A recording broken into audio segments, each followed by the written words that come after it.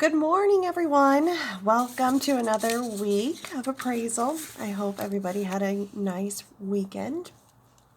I'd like to talk to you a little bit about Chapter 4.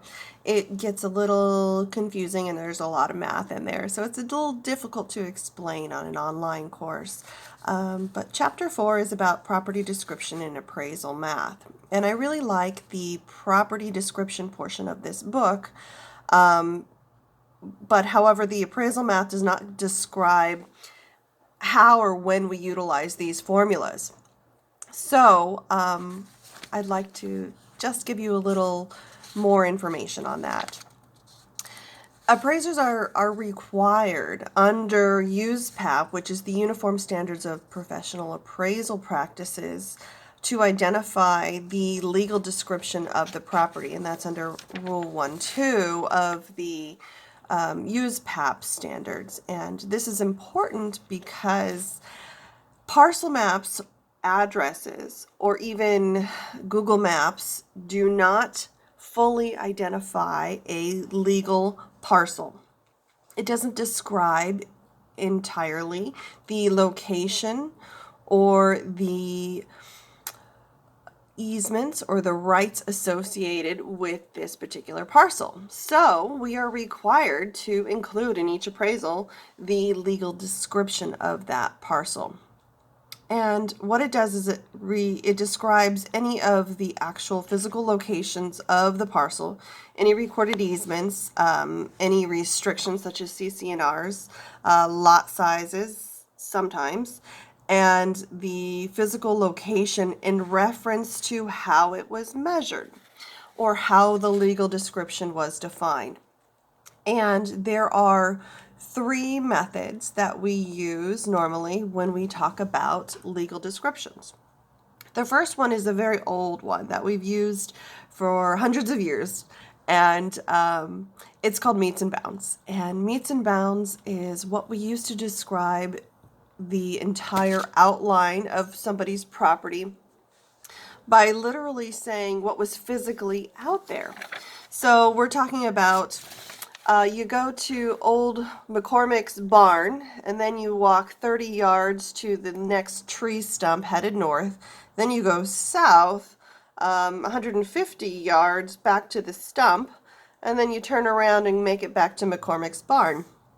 And, you know, that's all well and good if everybody knows where McCormick's barn is and the tree stump that you're referencing. But what happens if that barn burns down, or if it gets demoed, or if they do some kind of new construction? What's going to happen to the legal description that meets and bounds of that particular parcel? It's going to change, you know. It's going to be altered based on what physically changes on that parcel. So it's not always the best description for legally defining somebody's parcel. However, it is still out there, and we still see some of these old legal descriptions that have meets and bounds descriptions.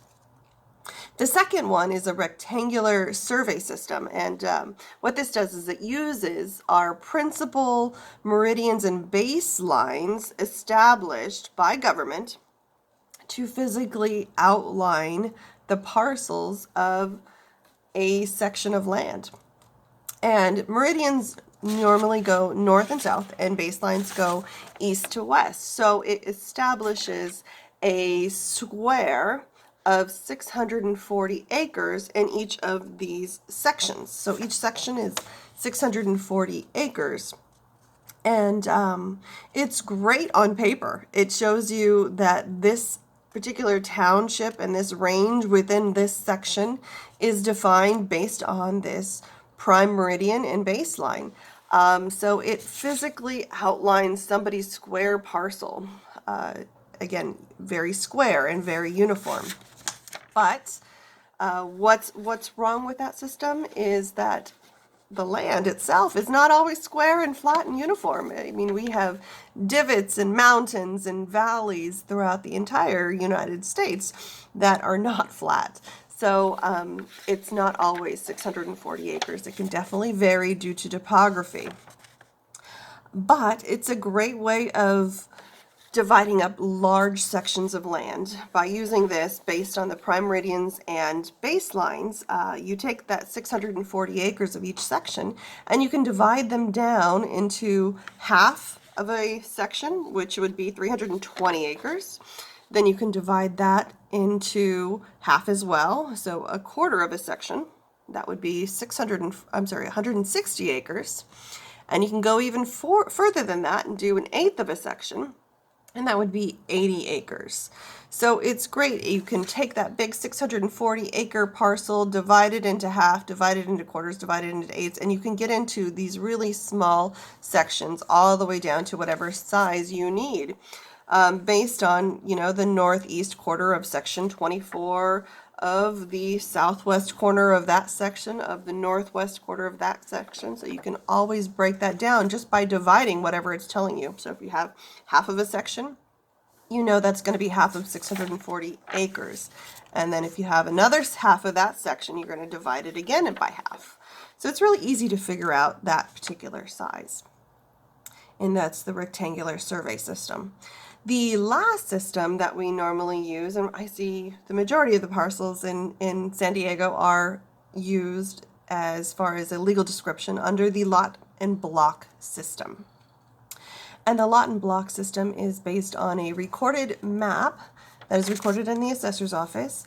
And what it is it shows an actual map of a subdivision or a section of land.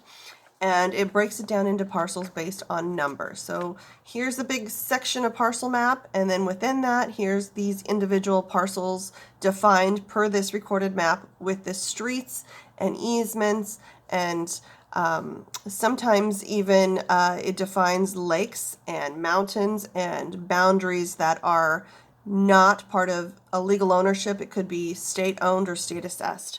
And those are all recorded maps that you can base your legal description on. Recorded map, 128, page 320 of assessor's parcel map. And I see a lot of those, and that's how the majority of the new parcels that are created by subdevelopers are established by parcel map. So that chapter really does a great job in describing the legal description of a property, because that is our first job as appraisers, is to define the problem and where that property lies within a particular area. And with that becomes a lot of problems between neighbors as far as boundary disputes, determining where their parcel ends and what you're going to be appraising up to a point. You need to know that as far as what you are going to be doing and what is the data that you need to research. The second part of the chapter is about appraisal math, and some of it is really good and great review from sure for everybody, up to a point when we start getting into the income approach. The review on appraisal math talks about how to define an area, how to measure and determine the area of a rectangle or a square, which is basically a simple formula, length times width. So you just take the length of a particular square or rectangle, you multiply it by the width, that'll give you the area. For a triangle, you take 1/2 of the base times the height will give you your area of a triangle. So if you have an odd-shaped property, something like this, and I don't know if you can see it, there we go, you're going to have to determine, how do I measure out and get the total square footage of this particular property? And what you do is you have to break it down. You're going to break it down into a series of triangles and rectangles and squares in order to determine the total square footage of the area. And so this is what we do as appraisers. We're not going to usually take the total and then figure out what is this shape and how do I determine it. We're going to break it down into 4 sections like this, A, B, C, and D, and then multiply the length times width, or the 1/2 base times height, to get the total area of this particular property. And there are a lot of properties that are not exactly square, so we have to do this quite frequently. So that's a basic review on how to get area of a particular property, the total square footage, we take the exterior measurements. We do not take interior measurements, nor do we discount for any interior walls. So we take the total square footage of an area. If a property is measured in square foot or linear foot, that is usually using the American Standards measurement, but it could also be in a metric system such as meters. So we have to take into account, and when you're reviewing these problems or on our quiz, see if it's in meters or if it's in yards or if it is in square feet or linear feet. Take that into account because we may be tricking you on some of these questions. 1 yard is 3 feet. So if you want to convert that metric system to American Standards, 1 yard is 3 feet or 36 inches. 1 foot usually is 12 inches. That can definitely vary. Houses are not always square. It could be off by a few inches on one side, but normally we take the length times the width, and that gives us a rectangular shape. 1 square mile is 640 acres, or one section of land, and 1 acre is 4,840 square feet, or I like to use 43,560. And so 1 acre equals 43,560 square feet. And how I remember that is pretty simple, 7-11. So 4 plus 3 is 7, and 5 plus 6 is 11. So 43,560. That's just an easy way that I remember that. So when you convert your units, remember that 1 yard is 3 feet. And so if we give you an example of a garage being 4 yards by 10 yards, you already know that the area would be the length times the width. So first of all, we need to convert the yards to feet. So we're going to take the 4 times 3 and then the 10 times 3. So it gives us 12 times 30. So 12 feet by 30 feet equals 360 square foot garage. And garages are not included in the total square footage of a property. That is just the square footage of a garage. It is not habitable space. So make sure that you are taking that into account when I'm asking for total square footage of a dwelling, that you're not adding that garage into the property as well. The chapter also goes over the interest rates of a particular property, and what you would do for interest rates is what they're trying to determine is your principal and your rate.